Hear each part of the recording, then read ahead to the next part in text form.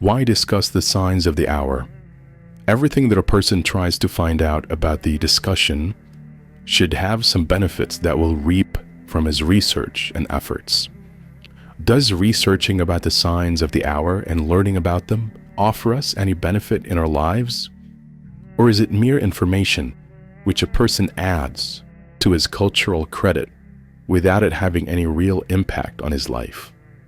Since mention of the signs of the hour are found in the Quran and Sunnah, prophetic tradition, it therefore brings many benefit to one's life, including the following. 1. Fulfilling the obligation of believing in the unseen, which is one of the 6 pillars of faith. Allah says, who believe in the ghaib and perform as-salah, iqamat as-salah. Abu Hurairah said that the Messenger of Allah said, I have been commanded to fight the people until they say La ilaha illallah. Whoever says La ilaha illallah, his wealth and his life are protected from me except in cases dictated by Islamic law, and his recording will be with Allah. Belief in the unseen means believing in everything that Allah, may He be glorified and exalted, has related to us, or what His Messenger has told us, and which has been confirmed to have been authentically narrated from Him. Whether we witness of these events, we know them to be true. Included in this are the signs of the hour. These include the appearance of the Dajjal, the descent of Isa ibn Maryam, the emergence of Ya'juj and Ma'juj, the emergence of the beast, the rising of the sun from the west, and other event mentioned in Sahih, authentic reports. 2. Knowledge of the signs of the hour encourages one to obey Allah and prepare for the day of resurrection. It is an admonition for the heedless, an encouragement for the repentant. Do not be content with this world. This is what the Prophet did with those who were around him when he realized that one of the signs of the hour was close at hand.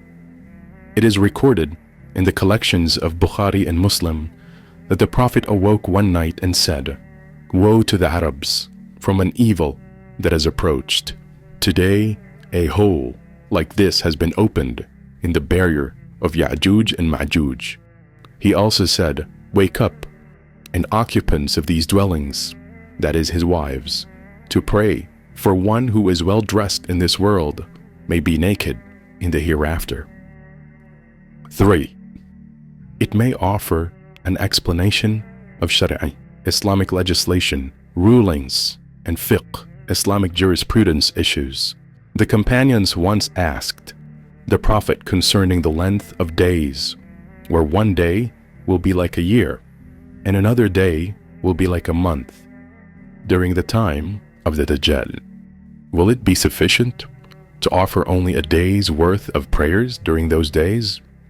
The Prophet replied, From this we can also derive the ruling for the prayer of those Muslims who live in areas where day or night may last or several months. 4. The fact that the Prophet was aware of the signs of the hour, which are matters of the unseen, and whose knowledge cannot be acquired by mere speculation, is evidence for the truthfulness of his message, and that he is truly a messenger from Allah, glorified and exalted. Allah is the knower of the unseen and the seen.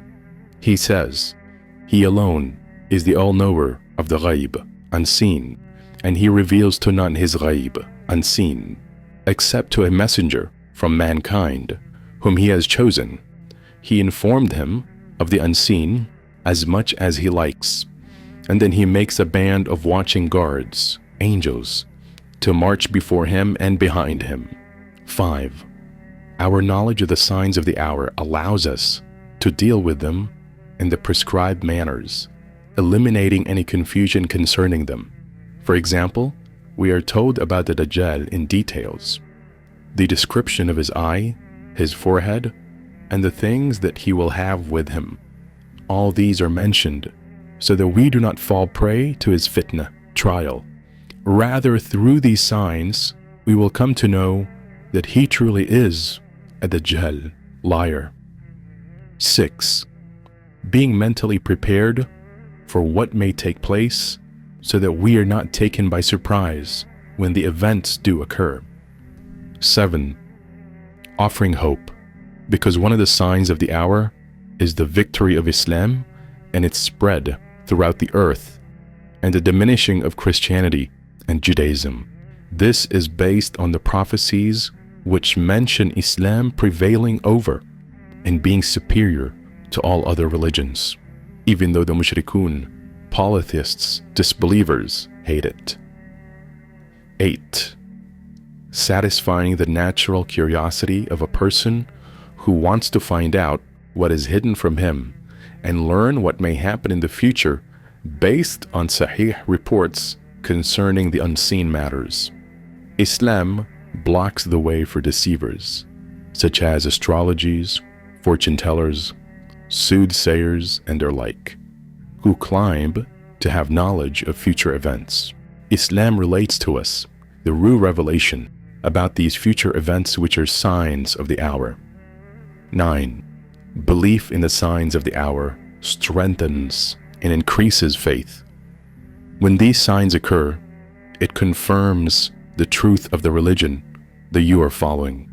There are other benefits in having knowledge of these things which would have an impact on our lives. Guidelines on dealing with and understanding the signs of the hour. The scholars, both past and present, written numerous books concerning the signs leading up to the hour. Books still appear, along with television, radio programs, and internet websites, speaking about the signs of the hour. Some of them speak of the signs of the hour in a manner indicating their confusion and error on the subject.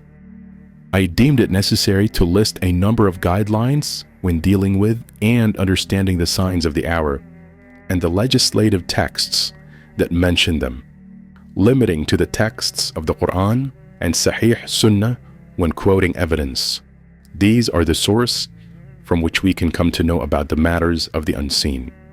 Say, none in the heavens and the earth knows the ghaib, unseen, except Allah, nor can they perceive when they shall be resurrected, except to a messenger from mankind, whom he has chosen. He informed him of the unseen as much as he likes, and then he make a band of watching guards, angels, to march before him and behind him.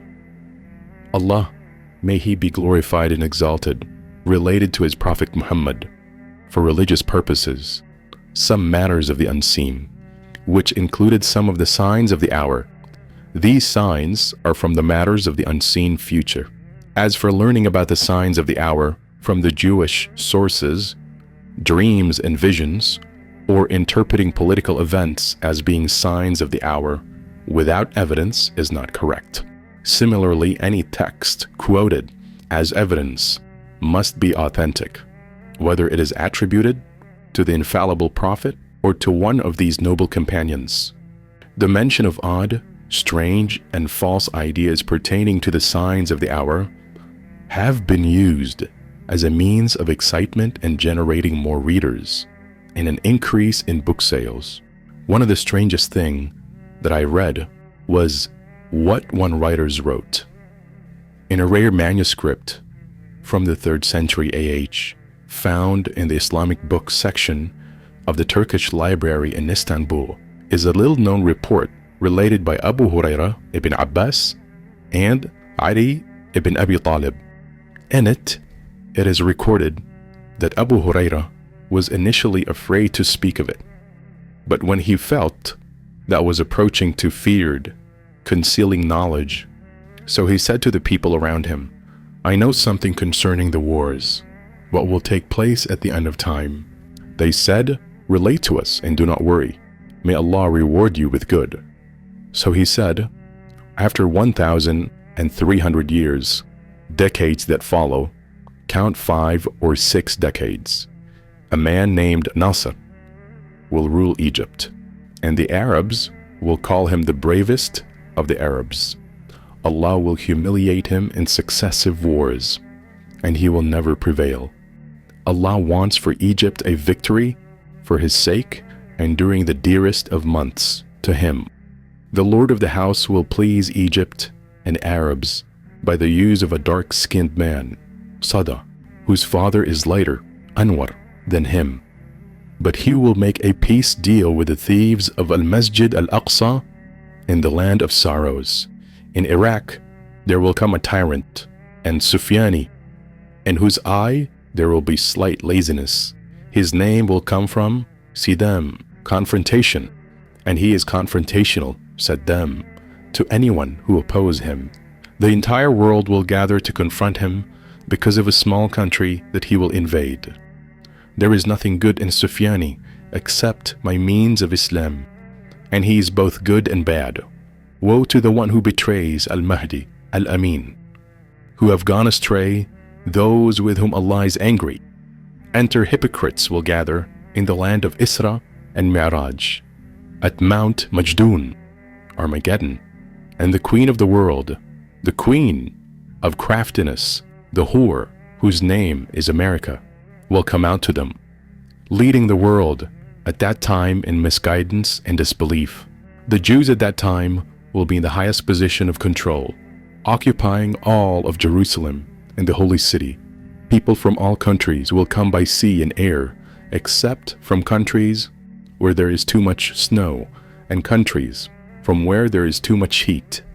The Mahdi will realize that the entire world is plotting against him, but he will know that Allah is the best of those who plan, and he will know that the entire universe belongs to Allah, and to him is the return of all things.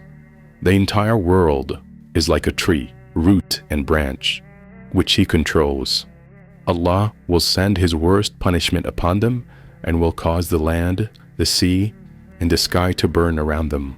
The sky will send down as evil rain, and the people of the earth will curse all the disbelievers of the earth, and Allah will cause disbelief, kufr, to disappear. Referring to trustworthy scholars concerning this issue. Anyone who develops any idea concerning this issue should not hasten to tell others before discussing it with the scholars. So ask the people of the reminder, scriptures, if you do not know. If only they had referred it to the messenger or to charged with authority among them, the proper investigators would have understood it from them directly. Had it not been for the grace and mercy of Allah upon you, you would have followed Shaitan, Satan, save a few of you. This was the way of our righteous forebears. For example, Abu Tufail narrated, I was in Kufa when it was said that the Dajjal had emerged. We came to Hudayfa ibn Usaid, who was speaking to the people, and I said, the Dajjal has emerged. He said, sit down. So I sat down, and the man in charge of the people came to me and said, the Dajjal has emerged, and the people of Kufa are fighting him. He said, sit down. So he sat down. There a call went out that it was the lie of the tanner.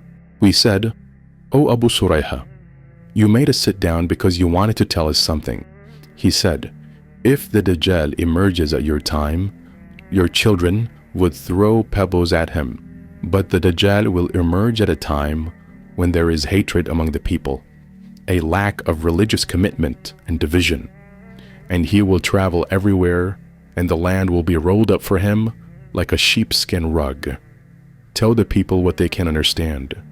A number of those who speak about the signs of the hour take the matter of narrating hadith to the common folk or those who are new in Islam, who may not comprehend what they hear lightly. It is well known that a person should not relate everything that he has knowledge of, as not everything is sound or correct, is fit to be spread or publicized, because people may not be able to comprehend it, and they may misinterpret or misquote it. Ali narrated, tell the people what they can understand. Do you want Allah and His Messenger to be disbelieved? According to another report, people, do you want Allah and His Messenger to be disbelieved? Relate to the people what they can comprehend, and do not relate that which they may find strange. Ibn Mas'ud said, "You will not tell people something they find difficult to comprehend, but it will become a source of confusion for some."